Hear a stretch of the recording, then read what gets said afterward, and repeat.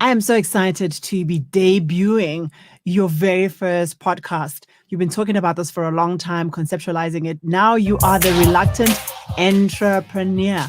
I'm ching ching.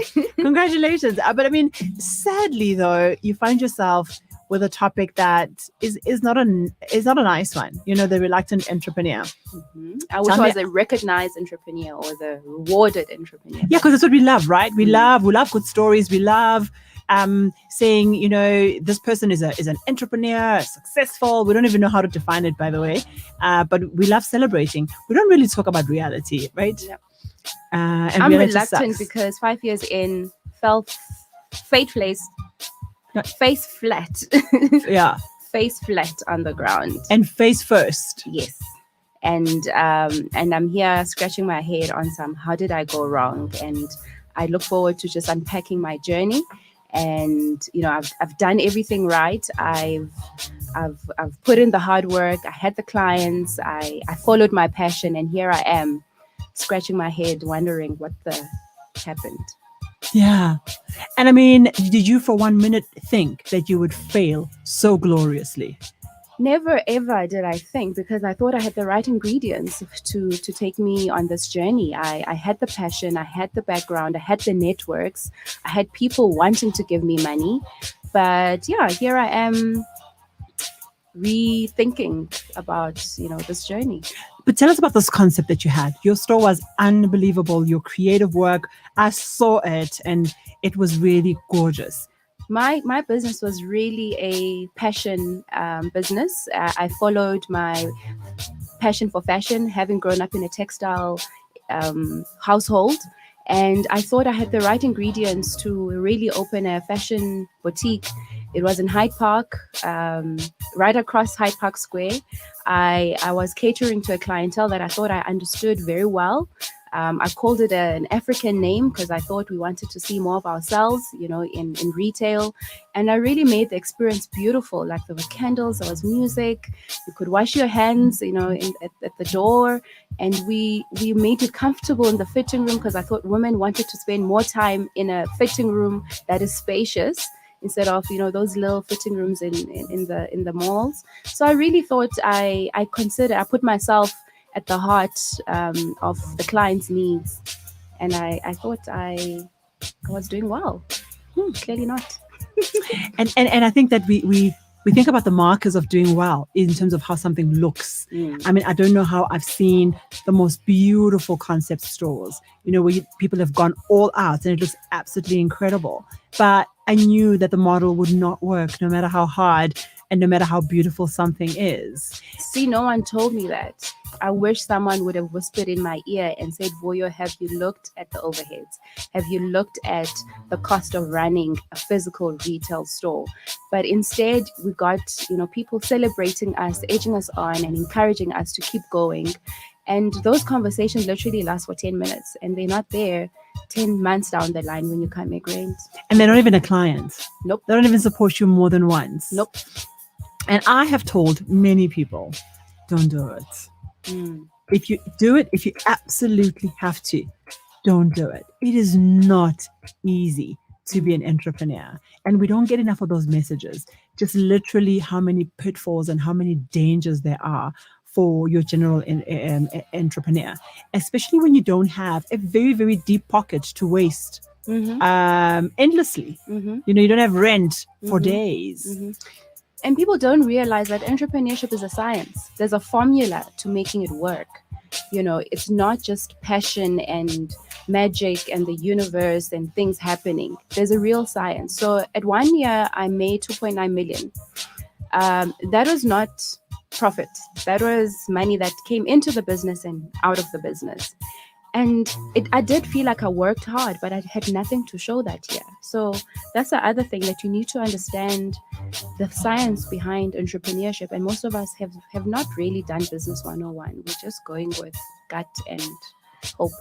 And that is the most dangerous thing. People think that money in the bank is money made. They don't think. And some people can't even calculate. I mean, I have come across an entrepreneur who cannot calculate the fact that when you get a good from somebody and you sell it, that money, 99% of it is probably not yours. Margin of profits are often so small. You have to pay the person that gave you the garment. Yep. Or you have to pay for the fabric of the garment, the people that stitched the garment, the transport of that. To hang it was a cost, for example. But when they get that amount of money, they think that that's actually their money. Often leaving people with the out of pocket because they don't think about the expenses that were required to actually produce that good. How is it that somebody's mind cannot calculate all these things that go into a cost, and when the dress is paid for, they actually think that they've made money? And it actually, that cost, the real cost of selling something, makes you so resentful when someone actually asks you for a discount. You're like, I'm not making anything. I'm literally just giving you away, the item. So just appreciating the cost of something, not just from an entrepreneur perspective, but from a client perspective. When you ask for that discount, really you know what you're asking for. So are you going to be sharing a lot of your pains, your mistakes? Are you going to be sharing, I don't want to make it a cry face. But you're going to dissuade people. You're going to say, I'm the only one that's going to tell you about reality. Don't do it. Listen, I still believe in myself and I still have an entrepreneurial spirit within me, but I want to go into my next venture with my eyes open, knowing the truth. And even if you come to me and say, Vuyo, don't do it, I'll still be able to listen to you and weigh the pros and the cons. Before, it was very, I believe in myself. I had all the vision boards and the quotes and everything on my wall, but really it's not about that. It is not about that. Well, coming up shortly, we're going to discuss your very first topic, is why choose it? Why even choose to be an entrepreneur? Cool. Okay, great. You won't believe it. I've landed myself in a twang. I have a meeting at 2 o'clock. P. Online. I'm going to keep it real short. Okay. Let's take it away. Okay, so let's go for the next one. Right. So, Vuyokazi, I mean, for me, listen, by the way, I have been an entrepreneur many times over and I laugh about it. I think I did okay. I think I managed to pay salary. It feels like I sort of went forward. I'm not 100% sure. I lost a lot of money. I invested a lot of money. I got a lot out from an experience point of view because I got really good jobs as a consultant. I got jobs that I wouldn't have gotten if I just stayed in one organization for a very long time. But I'm with you on this page in terms of saying there's nothing like a full-time job that pays you at the end of the month, every month.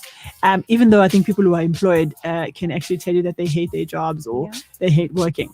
But why would you choose to be an entrepreneur? Listen, I had a degree from Rhodes University in journalism and media studies. So I had a 9-to-5 before venturing into entrepreneurship. But as a journalist, having been sent on assignments and being control, I didn't like control really. I wanted freedom. And I wanted to be able to afford those experiences that I was enjoying as a journalist, as a person, not as a story writer or a TV producer or presenter. So I was really wanting freedom and I wanted to live because I find that the newsroom sometimes controls how you view things and how you package things. So there was a bit of moral reason for choosing entrepreneurship and wanting my own freedom. And I think a lot of people do that. I think a lot of people sort of like venture out because they're just tired of being controlled. And that's the downside of being employed, is that you must do what you're employed to do. Yeah, do what you are requested and what you have agreed on your contract that you're going to get paid to do A, B, C, and D. So suck it up, basically. Then I was always that entrepreneur that used to knock on the CEO's door because I had a great idea. Always. And I think I was very annoying. And that's how I fell in love with the term entrepreneurial, because you can be an entrepreneur inside an organization. But I realized that South Africa was not ready to embrace people like me in corporate. And I was really always getting a promotion because I was always knocking on the CEO's door. But it was really not getting me where I needed to be, because I would think about how can I turn around this corporate?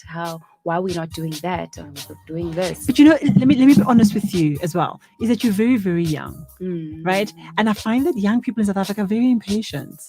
You're so young, and yet you want to turn around that corporate. You want to change this corporate that's been around for like, why this blue? This blue just didn't really do well for our feng shui. But why is it that young people in South Africa, they want to do things, they feel like they should have an opinion that should be listened to now?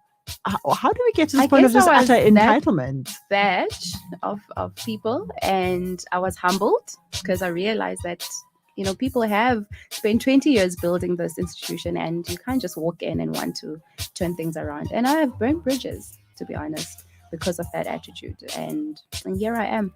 But some of them have stood till the test of time. That's why I can knock back on those doors and say, hey guys, like you, I supported my business through consulting. I still fell back on my journalism degree, and I was doing a bit of publishing work.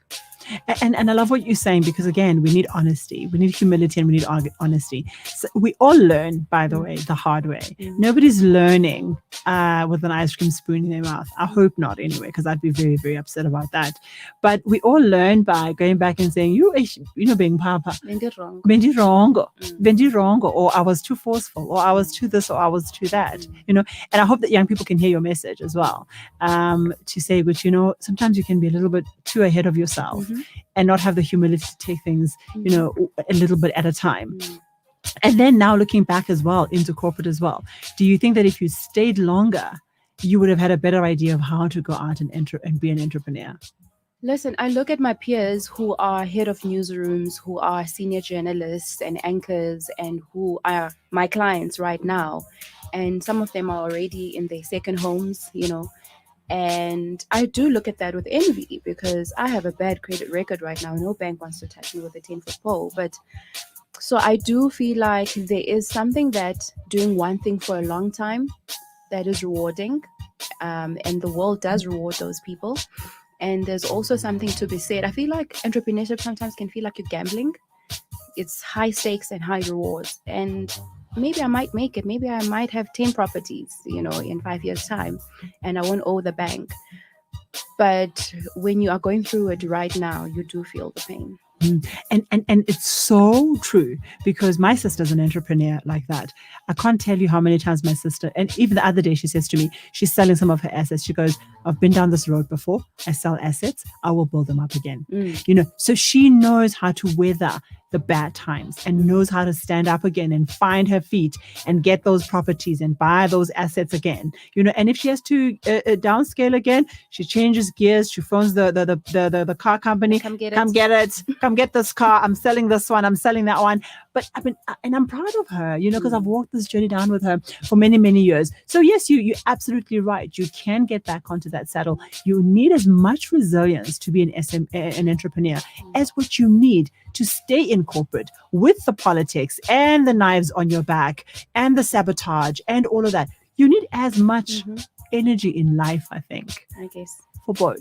I guess. And you just have to choose which one, which of the two. Yeah, which bitter pill are you going to drink? Because oftentimes as well, don't you find that there are too many role models that look like they're having the most fantastic time? I know for sure that not all that glitters is gold, because I have rubbed shoulders with the people that I was putting on a pedestal as entrepreneurs. But when you do the due diligence and really ask them the hard questions, how are you able to win this award, or how are you able to be recognized for that, or get this funding? And you realize that what they show us is not the reality of being an entrepreneur every day. So I also hope to explore those conversations and really get to know the behind the scenes of all these businesses and personalities that we have been celebrating in South Africa. Yeah, I mean, you would be shocked. There are people who get awards for entrepreneur who hire 3 people. And it's not an expose, really. It's really to just unpack and get to know the story behind. But I think it's also to help people to maybe find the right kinds of role models and look for the right signs and ask the right questions. Because if we see a limited picture, then our step ladder is missing steps. Yep. You'll fall. Yeah, you will fall through the cracks because you haven't built a good enough view of what all the little steps are that can take me to where I need to get to. You're getting these glamorous, shiny steps, but they've got huge gaps in between because actually that person didn't walk that road in essence. So I'm a reluctant entrepreneur, not because I am reluctant about entrepreneurship. I'm going into it now with my eyes wide open. I'm asking all the right questions, and I'm having the people come through to the studio and have these conversations with us, so that we have a few things that we know for sure, and we tackle our next chapter very clear. Good luck. Thank you. Will you make it? Okay, Tato, put it on pause. That was good. Why?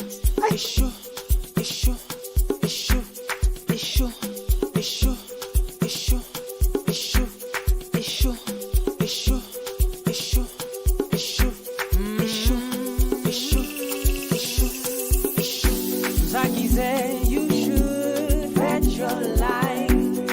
That was one of the best advice. People always have a say what to do. They forget we don't wear the same shoes. I'm taking control. Please don't get involved. Wanna be the greatest of them all. That was one of the best advice. People always have a say what to do.